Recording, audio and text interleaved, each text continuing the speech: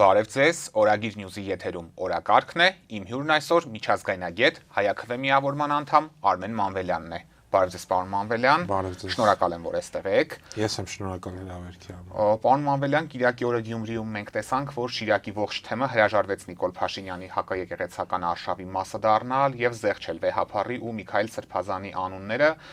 տեղի բնակչությունն էլ այս ամենին առանձնապես չաջակցեց։ Ձեր գնահատմամբ ինչ հետևություններ պետք է անի կառավարության ղեկավարը այս ամենից եւ ըստ ձեզ ինչու մյուս եկեղեցականների դեպքում մենք նման կեցվածք չտեսանք Նիկոլ Փաշինյանի նկատմամբ։ Նայեք, իրականության մեջ եկեղեցականների ճնշող մեծամասնություն նման կեցվածքի մեջ է։ Այլ բան է, որ Շիրակում շատ ավելի միահամուռ էին։ Մենք չէ որ միշտ դեպքերում պառակտված են վայել, հիմնականում ճնշող մեծամասնությունը աջակցում են Մայրաթոր Սուրբ Էջմիածնին եւ գործող քաղաքական ռեժիմին եւ աջակիցների թիվը սահմանափակվում միայն այն մարդկանցով, այն անձանցով, որոնց նկատմամբ իրանք ունեն ասեն կոմպրոմանտներ։ Ցավոք սրտի մենք ապրում ենք մի ժամանակաշրջանում, երբ մարդկանց քաղաքական, այդ թվում նաև եկեղեցական եւ կրոնական խնդիրները որոշում են ոչ թե նրանց ազատ հայացքները կամ ազատ կամ արտահայտությունը, այլ կոմպրոմատները, որ կան այս կամ այն քաղաքական գործի, այս կամ այն կրոնական գործի նկատմամբ եւ այլն եւ այլն։ Ու քանի որ հիմա գնում է համակարգված հարձակում եկեղեցու դեմ, ես չեմ կարծում, որ իրեն Գյումրիով կբավարարվեն։ Չնայած պարզ է, որ Գյումրիում իրենց կոպիտ ասած երբ որ մեր հայացքից ես նայում իրանք ոչ մի հաջողություն չունենա, բայց դա իրենց բացարձակապես առանձնապես իրենք չէին էլ գնում ինչ-որ հաջողության հետևից։ Իրանք գնում են ցույց տալու համար իրենց որ իրենք կարող են անել այն ամենը, ինչ որ ուզում են։ Խոսում եմ, որ ժամանակն է Էջմիածին գնալու եւ այնտեղ պատարագի մասնակցելու։ Սա շատ նման է, որ ժամանակին Լենք Թեյմուրը արշավել էր Հայաստան, չէ՞, ասենց գրավում էր հայկական քաղաքները, ավերում էր եկեղեցիները, ասենց եւ իրենից գոհեր, որ ինքը շատ հզոր գործ է։ Հիմա սրանք են ոնց որ դրսից ներմուծված հերոսակախումբ լինեն, որը հարձակվում է ոնց որ Գյումրիում սկզբից զորքը գնաց, գիշերով արդեն փակել էին եկեղեցին, հետո մյուս օրը շրջապատված ահռելի մեծ թվով տարբեր ոստիկանական ուժերով թույլ են տալի միայն այն մարդկանց ներս մտնել կամ իսկ երբ որ մի աղջնակ այնտեղ կաթողիկոսի անունը տվեց, նրան դուրս անեցին եկեղեցու։ Ինչպես Երևանում։ Այսինքն երբ որ եկեղեցում չէ՞ դա էլ է պարադոքս կաթողիկոսի անունն է տալի կամ Շիրակի առաջնորդ Միքայել Աճապահյանի, ապա քեզ դուրս են հրավիրում եկեղեցուց։ Սա էլ է, մենք ապրում ենք այս պարադոքսների ժամանակաշրջանում եւ ցավոք սրտի երկիրը ասենք նման է օկուպացված տարածքի, որտեղ զավթած անձինք տարբեր արշավներ են կազմակերպում տարբեր եկեղեցական կոթողների նկատմամբ եւ այն կոչում են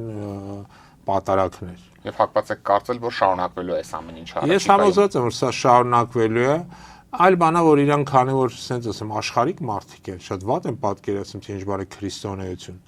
Իրենք չեն հասկանում, որ ինչքան շատ են քրիստոնյա, իրապես քրիստոնյա մարդուն հետապնդում, այնքան ավելի ամրապնդում իր հավատքի մեջ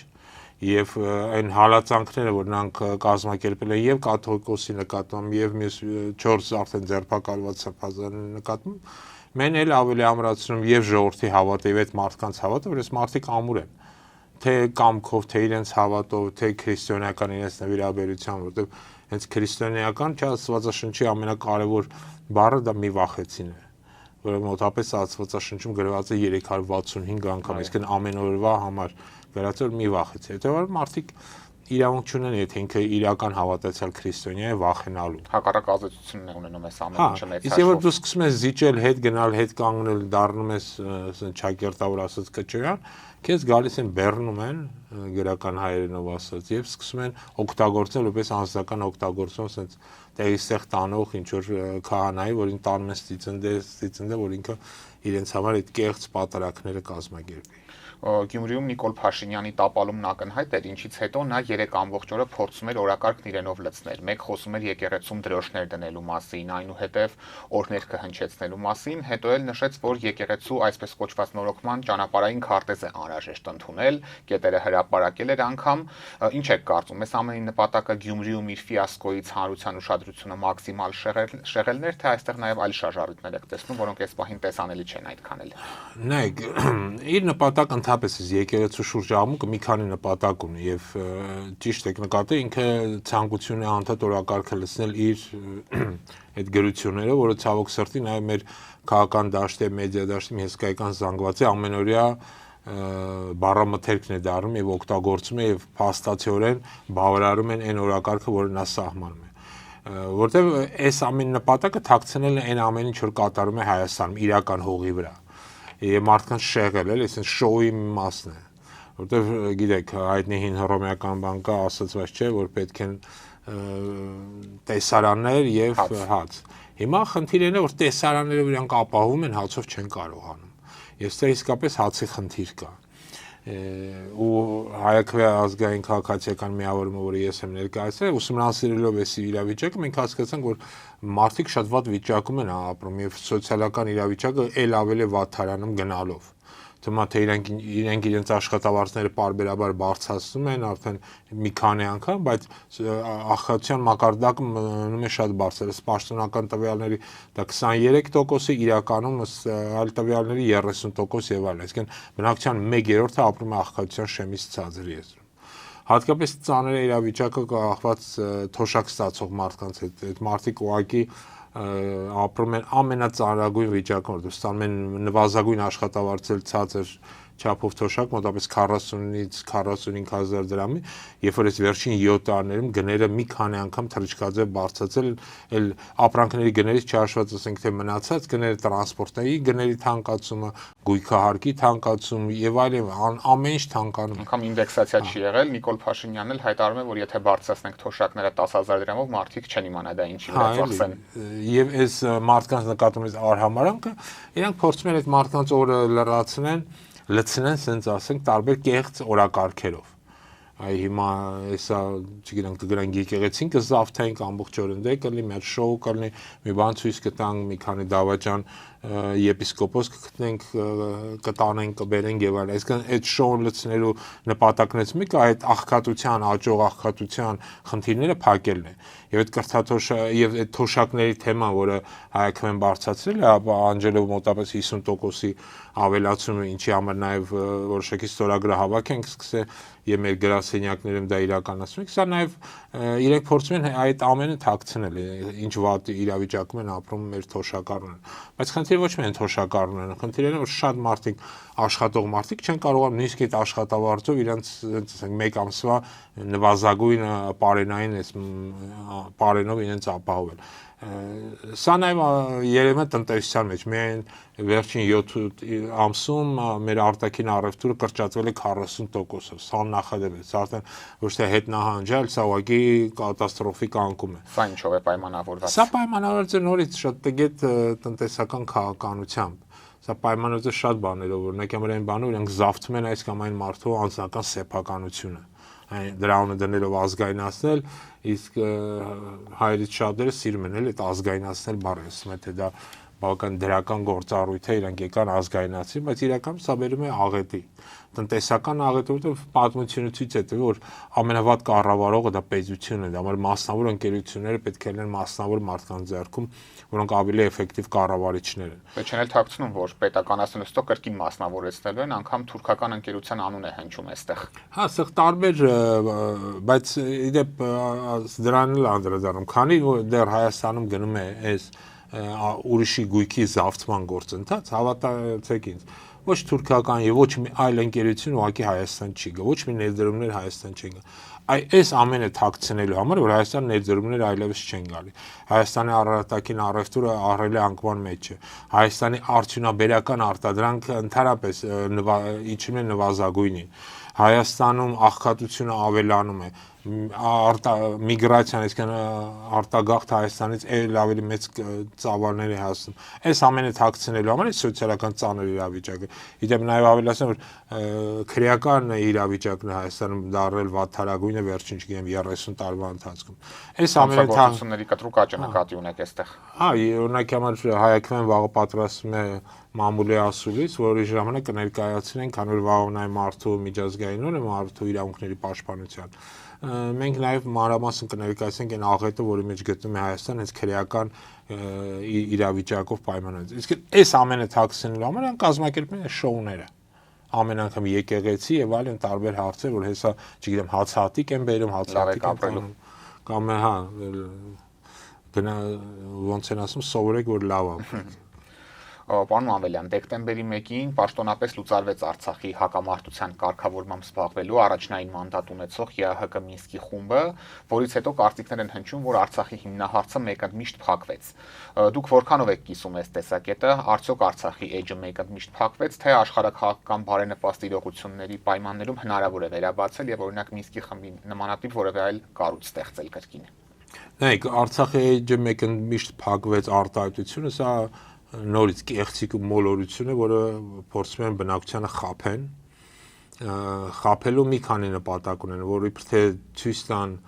որ գիտեք, մեր հակամարտությունը Ադրբեջան պետության հետ պայմանավորված էր իբր թե Արցախով, հիմա Արցախի էջը փակվեց, վերջ, այլևս հակամարտություն չկա։ Դա ոչ միայն սուտ է, դա շատ վտանգավոր սուտ է, որտեղ նույն այդ ժամանակ է որ ստեղ խաղաղություն ամենտեղ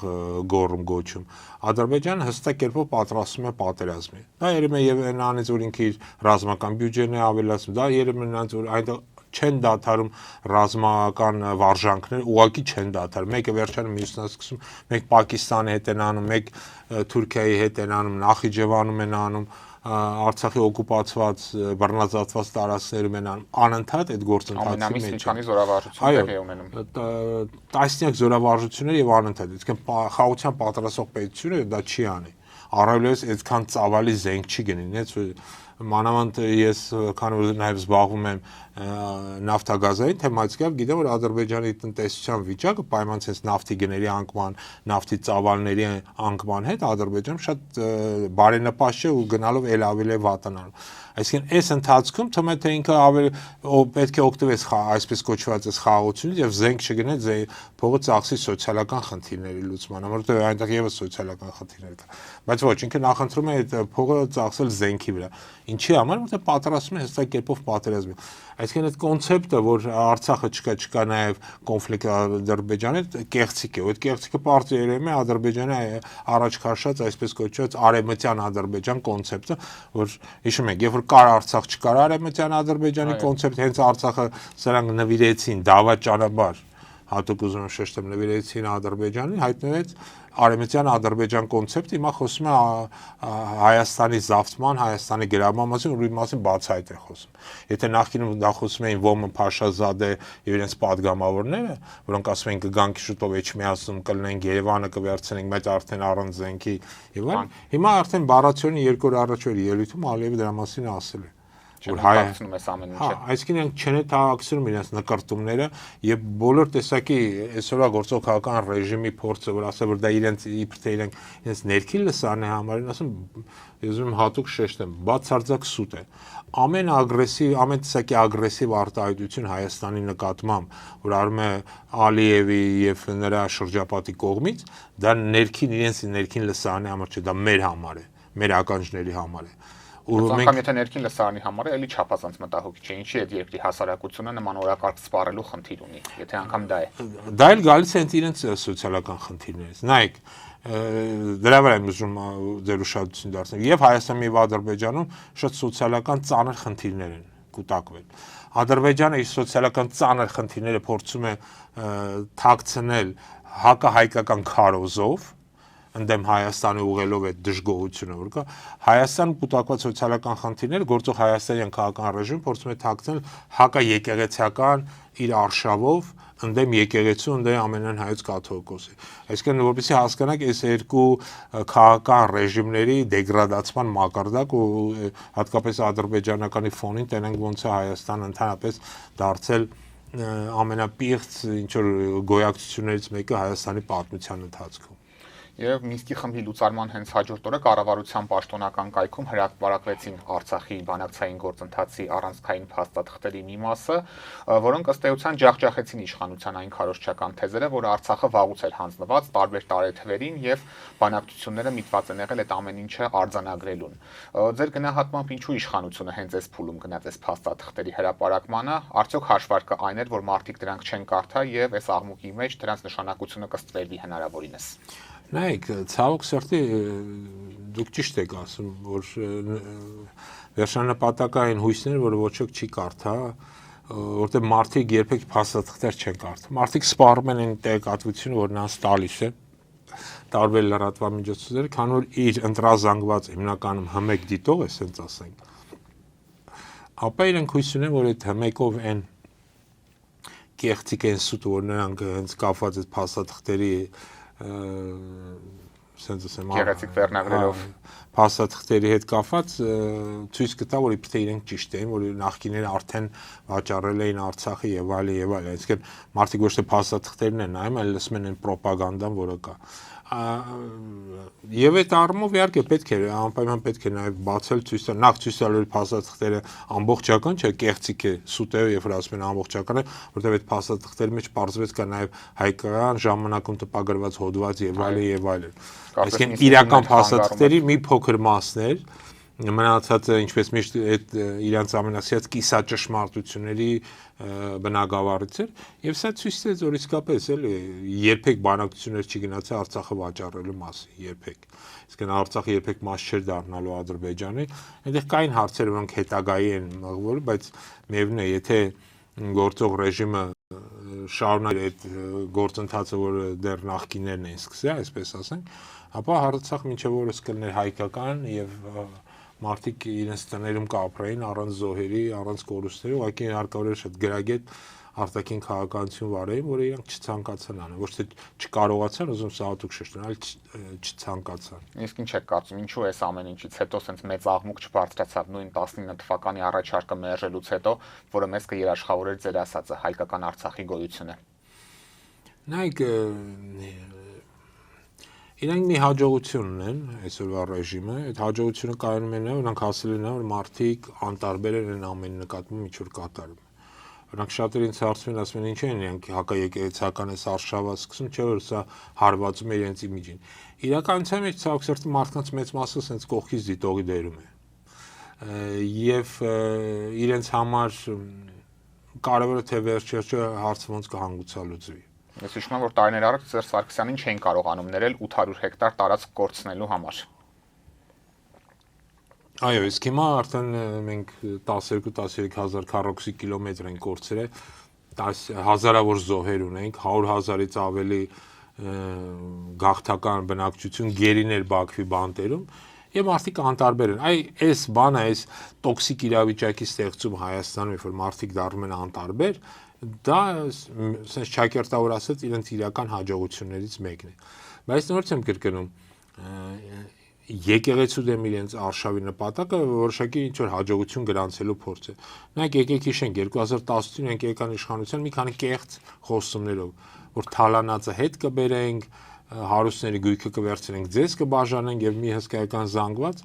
գնաց ուրիշի հաշվին ապրելու այս մոլուցքի տակ էլ Չէ, այսօր էլ այդ հույսով են ապրում։ Նեոբոլշևիզմյան տարբերակով։ Հիմա իրանք նույնը փորձում են կրկնել արդեն կապված եկեղեցու հետ։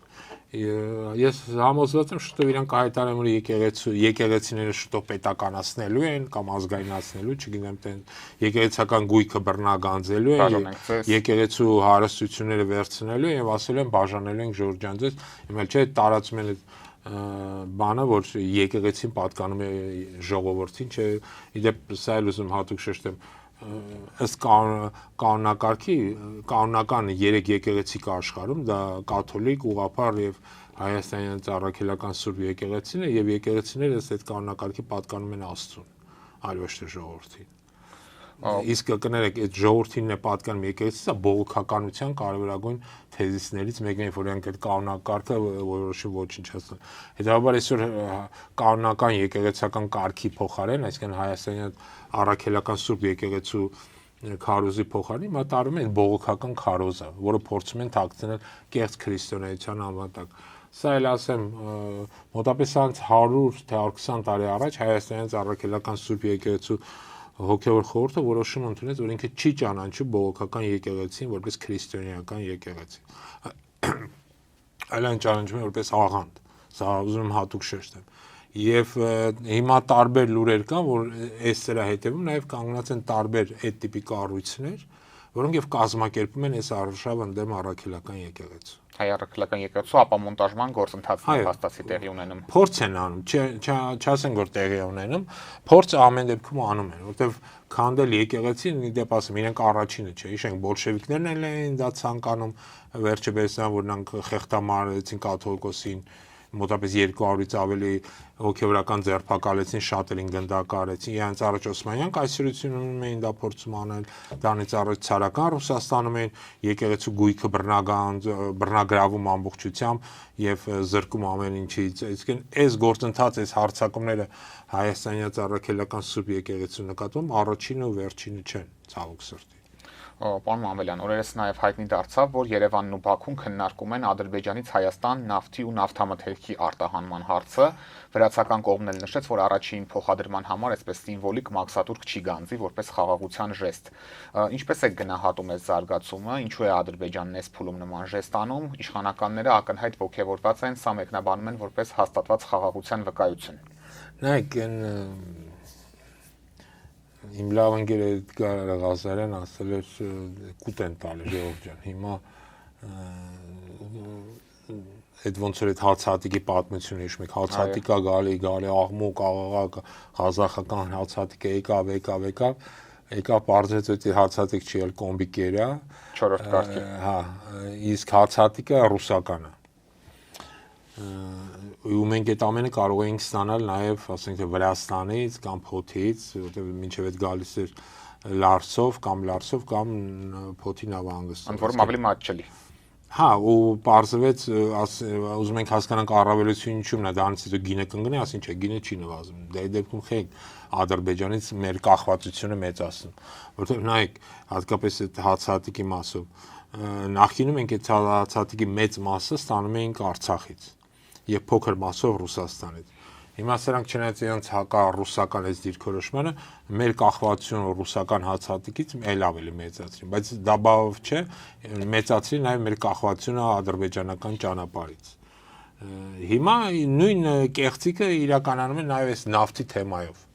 Իդեպ ասեմ, Հայաստանում նավթավերամշակման գործաներ չկան, մենք նավթի կարիք որպես հայտություն չունենք։ Մենք կարիք ունենք տարբեր տիպի նավթամթերքի, որն ասենք թե դիզել վառելիքը կամ բենզին։ Բայց դա էլ որպես կանոն ստանում ենք որպես ԵԱՏՄ անդամ պետություն, ունենք քվոտաներ եւ միջազգային գներից համեմատաբար էժան գներով ստանում ենք այդ քվոտաները։ Գրեթե ներքին շուկայի գներով։ Հա, հիմա հետեւաբար գնալ այս պայմաններում եւ ինչ որ մեկից ավելի թանկ նավթամթերք առնել, սա իհարկե լուրջ ասած կամ ոչ լուրջ ասած հիմարություն է։ Բայց խնդիրը մեկ այլ է, քանի որ ես լավ գիտեմ Ադրբեջանի նավթագազային համակարգ, ես կարող եմ հավաստիացնել Ադրբեջանը ոչ ավելորդ նավթ ունի, ոչ ավելորդ գազ ունի։ Ընդհակառակը վերջին 10 տարում Ադրբեջանի նավթի արդյունահանման անկումը կազմել է 40%։ Այսինքն այնքան ինչքան որ նավթ էր ինքը արդյունահանում 10 տարի առաջ, հիմա արդյունահանում է դրա միայն 60%-ը։ Ու սա մի իրավիճակ, որի առաջ իրենք չեն կարողանում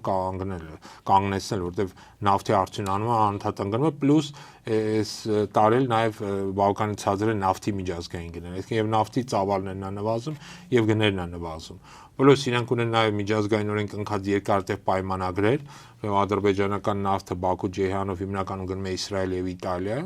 այս երկու ամենախոշոր նավթ սպառող պետությունները, մասամբ նաև Թուրքիա, բայց ու այդ պայմանագրերը ինքը պարտավոր է կատարել, այսինքն ինչ որ մեկը կարծում է այնտեղ կա նավթի ահռելի պաշարներ եւ ում կուզեն կտան, սա կեղծիք է։ Նաև սպառվում են Ադրբեջանի նավթային ռեսուրսները, ճիշտ եմ հասկանում։ Հա, քայլել եմ կրկին, վերջին 10 տարում 40%-ով նվազել է։ Եթե ասենք թե մոտավորապես 10-15 տարի առաջ իրանք արդյունանում էին 50 միլիոն տոննա տարեկան նավթ, ապա 2024-ի վերջ դա եղել է ընդամենը 30 միլիոն տոննա։ Իսկ հաշվարկներ կան, թե Ադրբեջանի նավթը մոտավորապես որ թվականին կսպառվի։ Ժամանակին BP-ն էր տենց հրապարակում ուներ, որ տալիս էր տարբեր երկրների նավթի սպառման ծավալները եւ այն ժամանակաշրջանը ինչքան նավթը կհերիքի։ Չնայած վերջին տարիներին ինքը իր այդ տարեկան զեկույցներում դա հանել է, վերջին 10 տարի։ Ըստ 2015 թվականի վերջին նմանատիպ իրենց տարեկան զեկույցում տպագրել են 2015-ին, եթե չեմ սխալվում, իրենք տալիս էին 22 տարի։ Բայց նորից եմ կրկնում 22 տարին թող չկապվի, որ իրանք 22 տարի անդադ արդյունք անելու են, որովհետև նավթ ունի որոշակի ծավալ, որի անկման դեպքում, այսինքն պետք է էլի զրոյական դառնա, որ իրանք դադար են, այսինքն որ ինքը շատ է նվազում, արդեն այդ դրա արդյունանումը դառնում է ոչ եկամտաբեր, որովհետև նավթի արդյունանումը որոշակի գին ունի, մանավանդ երբ որ միջազգային գներն սկսում են ընկնել, քո նավթը դառնում է ոչ մրցակցային այդ այլ նավթամթերքի հետ եւ ստիպված ես լինելու ինչ որ պահի կանգնեցնել, որովհետեւ դու չես կարող կոպիտ ասած $50 կամ $60 ծախսես նավթ արդյունանես ու տանես շուկայում $60 կամ $50 վաճառես հասկանալի չէ դա արդեն ոչ արդյունավետ է այն դեպքում որ նավթի առաջարկ շուկայում ահռելի է էժան նավթի առաջարկ մանավանդ հիմա ռուսական նավթը աշխարհում ամենաէժանը կարող ինքը սանկցիաների տակ է իրանք էժանով իրենց նավթը վաճառում են Պարզավոր այս պայմաններում մրցակցել իրանք դժվարանում են ու ճիշտ եք նկատել նավթի արդյունանումն էլ անկում ապրում իրանք գտնում են ծանր իրավիճակում այս առումով Եվ մյուս կողմից էլ մենք տեսնում ենք, որ Ադրբեջանը պահանջում է 3+3 ձևաչափի հաջորդ հանդիպումներից առաջինը անցկացնել Բաքվում, հետո նոր միայն Երևանում, որին հայկական կողմը առաջին հայացքից դիմադրում է։ ԱԳՆ-ից օրինակ հայտարարեցին, որ այդ հարցը կորոշվի դիվանագիտական խողովակների միջոցով։ Ինչով է Ադրբեջանի այս պահանջը բավարարում, պայմանավորում, ներողություն, սա արվում է բացառապես ուժի ցուցադրության նպատակով, թե Բաքուն նաև այլ նպատակներ է այսպես լուծում։ Նայեք, այդ 3+3 ձևաչափը ինքը կեղծ ձևաչափ է, վաղուց չի աշխատում։ Նախ Վրաստանը երբեք չի մասնակցում այդ ձևաչափի հանդիպումներին։ Ինքը ավելի շուտ 3+2-ը։ Երկրորդ այդ ձևաչափի ժամանակ Թուրքիան եւ Ադրբեջանը հզոր տանդեմ են ստեղծում եւ կարողանում են իրենց հարցերը առաջ մղել, որտեղ մյուս կողմերը միավորված չեն։ Վրաստանը չի մասնակցում ընդհանրապես, Հայաստանը չունի հստակ արտաքին քաղաքականություն ոչ Ռուսաստանի, ոչ Իրանի հետ, որպեսզի կարողանա օգտվել նրանց աջակցությունից։ Հակառակ ժամանակ առ ժամանակ հակաիրանական կամ հակառուսական ինչ-որ քվեարկությունների է մասնակցում կամ հակավրացական։ Հիշենք Եվրանեստի, երբ որ Երևանում տեղի ունեցավ համաժողով, հայկական կողմը հակավրացական որոշումներն էր կողմ քվեարկում։ Լուրջ սկանդալի պատճառ դարձավ դա։ Հա, ու այս պայմաններում իհարկե Ադրբեջանը շատ լավ հասկանում է, որ այս մարդիկ չունեն արտաքին քաղաքականություն, այսինքն ձախողել են եւ իրեն ձեռնատու է ամեն տեսակի տարբեր հարթակներում հակահայկական որոշումներ առաջ մղել։ Հիմա ինչու՞ չէ 3+3-ով է հավաքվենք ու հակահայկական որոշում ընդունենք հայկական կողմին թողելով ծանր իրավիճակում։ Ու քանի որ մեր դիվանագիտությունն էլ ոչ թե թույլ է, շատ ողորմելի վիճակում է ու անդադ այս սադրանքներին գնում մասնակցում ես չեմ բացառում որ կարող են ինչ որ պահի նաև համաձայնել Եվ պարոն Ավելյան, վաղարշապատի դիմընտրություններում մենք տեսանք, որ ընդդիմությանը չհաջողվեց հաջողության հասնելու եւ ԿՊ-ի տեխնացուն կարողացավ իշխանության գալ վաղարշապատում, եթե պատճառների մեջ չխորանանք, այնուամենայնիվ համապետական ընտրություններին ընդառաջ ընդդիմությունը ինչ դասեր պետք է քաղի վաղարշապատից, որպեսզի բացառի համապետական մակարդակում Փաշինյանի վերարտադրությունը։ Նայեք, Էջմիածնի հետ կապված, քանի որ հայերքը այնտեղ մեծ դիտորդական առաքելությամբ մասնակցում ենք ամենամեծ դիտորդական խումբ ունենք, 122 դիտորդներ ունենք 47 ընտրատեղամասում։ Ապա մենք շատ լավ վերահսկում ենք եւ հասկանում ենք իրավիճակը։ Այնտեղ կար մի քանի խնդրեմ։ Առաջին հերթին անդիմության շատ վատ աշխատանքներ ցավոք սրտի։ Եվ երկրորդը որ ընդդիմությունը չկարողացավ միանալ միասնական ինչ-որ ճակատ ստեղծել, չենց միասնական ճակատ նկատի չէ, որ բոլորը իրար հետ միանան, բայց ընդհանուր համագործակցության ինչ-որ եզրեր պիտի գտնեին։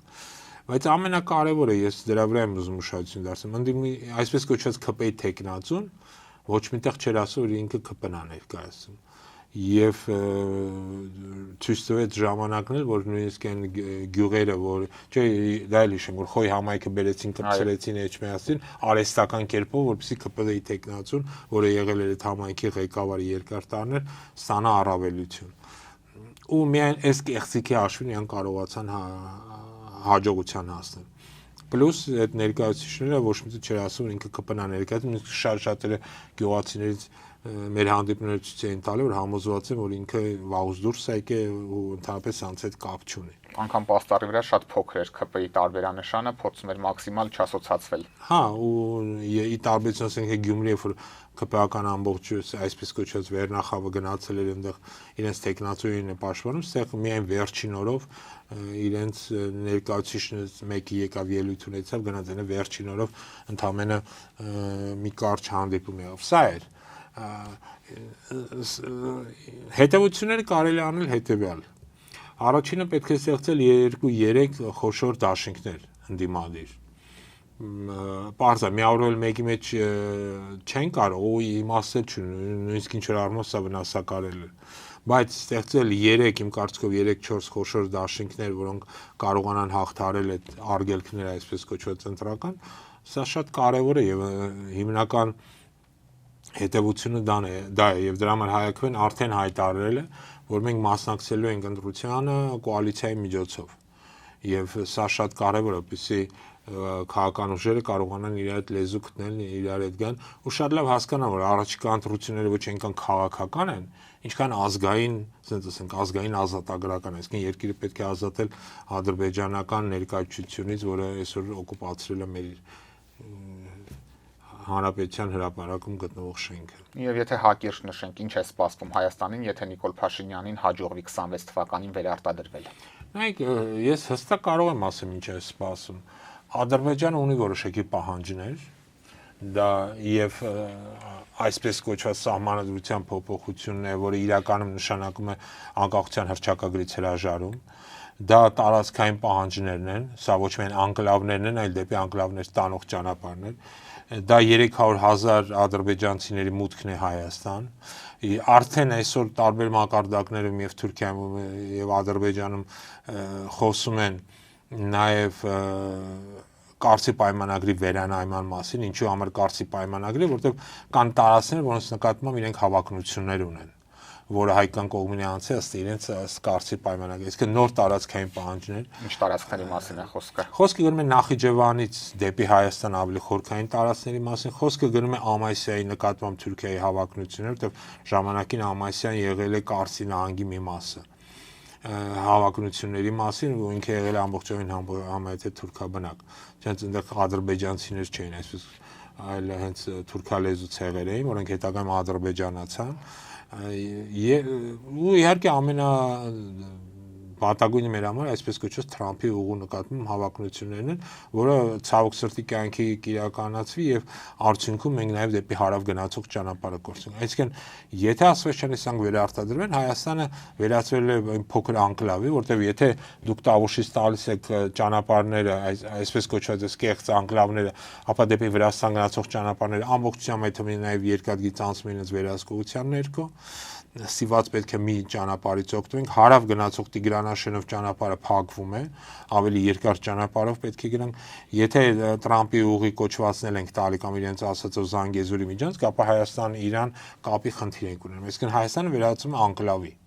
ու պլյուս Տրամփի ուղու վատագույնները, որ սա իրենց համար իրավական հիմք է տալիս հետագայում Հայաստանի տարածք ներխուժելու, այդ տարածքի նկատմամբ իրենց վերահսկողությունը հաստատելու եւ այլի համար։ Ես նաեւ գիտեմ, որ արդեն ամերիկյան կողմը պահանջում է, որպեսզի Տրամփի ուղու վերահսկման շուրջ Հայաստան-Ամերիկա կնքած պայմանագրի մեջ նաեւ այլ երկրներ մասնակցեն։ Մասնավորապես Թուրքիան է արդեն պահանջում, որ ինքը պետք է մաս կազմի դրան, Եվրամիությունն է, ես գիտեմ, որ պահանջում, որ ինքն էլ պետք է մաս կազմի դրան եւ այլ։ Այսինքն սա վերածել է մի շատ վտանգավոր հատվածի եւ Հայաստանի համար հարավը դառնալու է, ասենք ասենք, եւ սա բերել է նաեւ խնդիրների Իրանի Իսլամական Հանրապետության հետ։ Այսինքն Հայաստանը դառնալու է փոքր, ել ավելի փոքրացող, անդադ փոքրացող տարածք, վախենամ վերջում մնա մի հատ Երևան ու Էջմիածին, որտեղ տենում եք ինչ ծավալի շինարարություն է գնում, պսի տպավորություն, որ ոնց որ ուզում են սաղ մարզերից բնակությանը բերեն Երևան։ Շնորհակալ եմ, պարոն Մանվելյան։ Ես եմ շնորհակալ։ Օրակարգն այսօր այսպիսին էր, այն ամփոփեցինք միջազգայնագետ Հայաքվե միավորման անդամ Արմեն Մանվելյանի հետ։ Կհանդիպենք։